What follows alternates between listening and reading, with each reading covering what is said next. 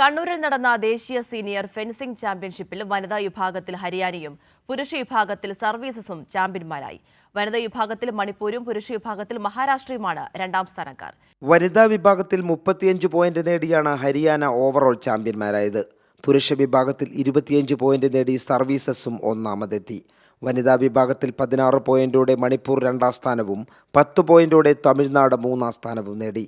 പുരുഷ വിഭാഗത്തിൽ 18 പോയിന്റോടെ മഹാരാഷ്ട്ര രണ്ടാം സ്ഥാനവും 16 പോയിന്റോടെ ഹരിയാന മൂന്നാം സ്ഥാനവും നേടി. നിയമസഭാ സ്പീക്കർ AN ഷംസീർ വിജയികൾക്കുള്ള ട്രോഫികൾ വിതരണം ചെയ്തു.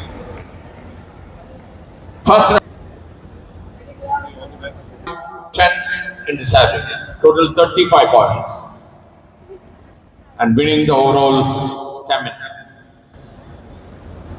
4 ദിവസങ്ങളിലായി കണ്ണൂർ മുണ്ടയാട് ഇൻഡോർ സ്റ്റേഡിയത്തിൽ നടന്ന ചാമ്പ്യൻഷിപ്പിന്റെ സമാപന സമ്മേളനം സ്പീക്കർ ഉദ്ഘാടനം ചെയ്തു. സംഘാടക സമിതി ചെയർമാൻ കൂടിയായ KV സുമേഷ് MLA അധ്യക്ഷനായിരുന്നു.